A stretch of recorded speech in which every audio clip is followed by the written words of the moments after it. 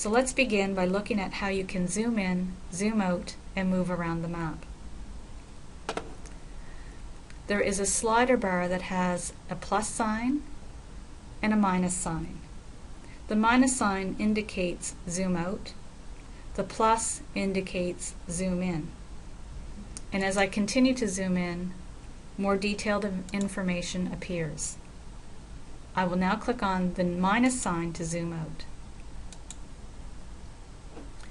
Another method to zoom in and zoom out is using the two buttons at the bottom.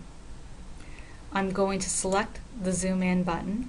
Notice that it is highlighted in yellow, indicating that it is active. I will now move over to the map. Click to start the area I want to zoom into and hold down my mouse. Draw a box and let go. The map will zoom in. The zoom out tool works the same way. I'm going to select it.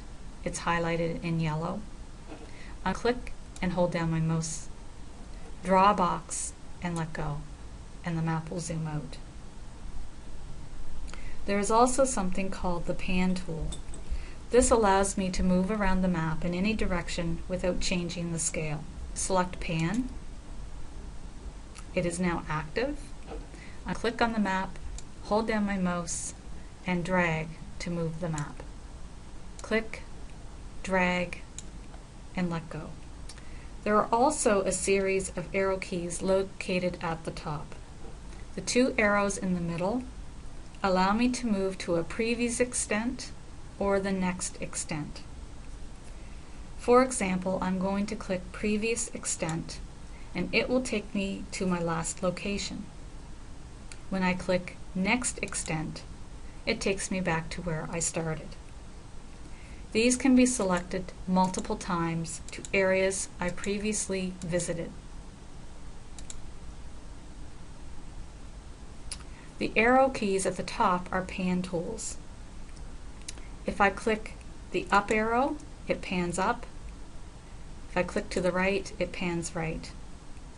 There are also buttons in between that will take me in that direction. In this case, I'm going southeast. And back to the slider for a minute. Instead of using the plus and minus signs, I can also use the slider to drag it up or down. So I can move it up to zoom in or move it down to zoom out.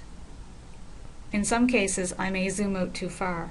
If this happens, I can either use the slider bar or my other zoom tools to zoom in, or I can click on the full extent button, which is the globe icon, and that will take me to the extents of Kings County.